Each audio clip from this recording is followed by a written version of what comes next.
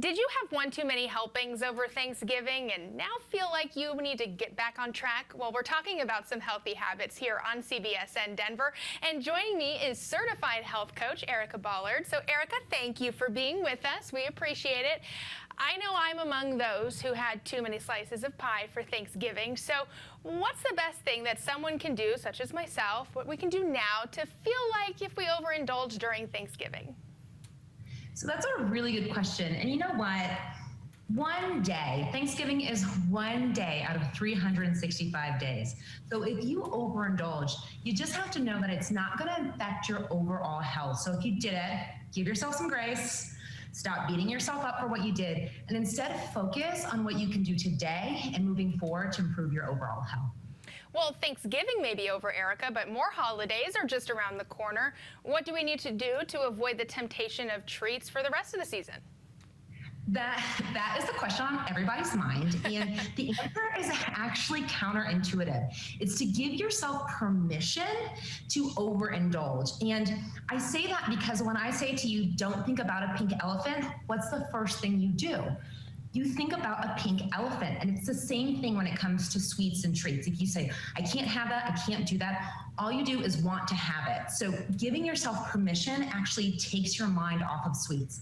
Now, if you do overindulge, one of the things that you can do is to intermittent fast for 14 to 16 hours after you eat all those sweet treats and pies and cakes, because that'll give your body enough time to get the sugar and toxins out of you and reset it to want healthier, more natural foods so you don't overindulge for multiple days on end.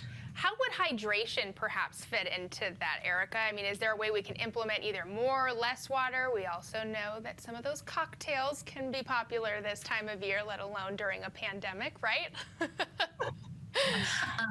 1,000% true. And hydration is so key. I recommend drinking so much water. And it sounds so simple when I say it, but how many of us just don't drink enough? But it's really important to get that water in, because additionally, it helps to flush those toxins and those sugars and those things that you take in that maybe you shouldn't have. So doing that is going to help you not only move those items out of your body, but also make you less hungry throughout the day. Well, Erica, we also know many people like to make resolutions to lose weight come the new year or exercise more or whatever it may be. But for a lot of people, that resolution doesn't seem to stick. I know I'm guilty of that. So what is your advice for making a weight loss plan that lasts?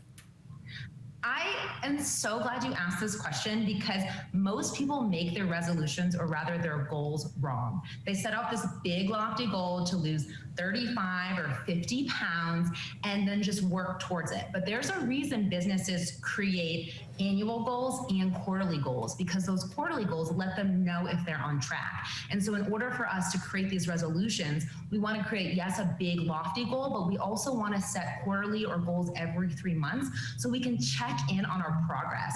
Because if we're not where we want to be, we will know that in real time versus trying to figure it out as we go down the road 6-9 months later.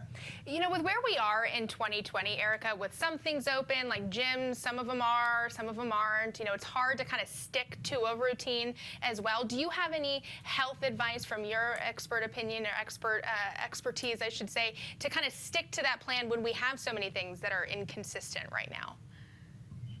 Yeah, I do. And it's all about routine. So a lot of us, we set, again, these big lofty goals of like, I'm going to work out for 45 minutes. I'm going to eat clean 5 days out of the week. And we haven't even been doing 1 day of working out, and we have been barely eating clean. And so making sure that we just get into the habit of doing it. So starting with a 20-minute workout, starting with eating clean 1 meal a day, doing that will set the routine up in your body so that it's used to doing that. And then the more you do it, the more your body will crave it. So you'll want to go longer, further, and eating healthier. And I think that that's just a point that's missed in this all or nothing culture that we're in.